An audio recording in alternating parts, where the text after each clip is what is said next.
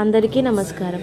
నేను వెంకటేశ్వర స్వామి కృప కోసం 7 శనివారాల వ్రతం చేస్తున్నాను. ఇప్పటికే 2 వారాలు విజయవంతంగా పూర్తయ్యాయి. ఈ మొదటి 2 వారాలు స్వామివారికి ఎంతో ఇష్టమైన పిండి దీపాలను వెలిగించి తులసి దళాలతో పూజ చేశాను. ఈ వ్రతం చేయడం వల్ల మనసుకు ఎంతో ప్రశాంతత లభించింది.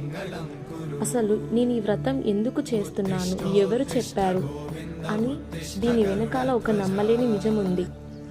నేను కావాలని ప్లాన్ చేసుకున్నది కాదు. సాక్షాత్తు ఆ వెంకటేశ్వర స్వామివారే నా కలలోకి వచ్చారు.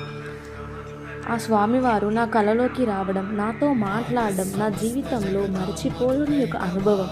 అసలు స్వామివారు నా కలలోకి కనిపించి ఏం చెప్పారు, నన్ను ఏం చేయమన్నారు అనే విషయాలను వచ్చే వీడియోలో మీకు వివరంగా చెప్తాను.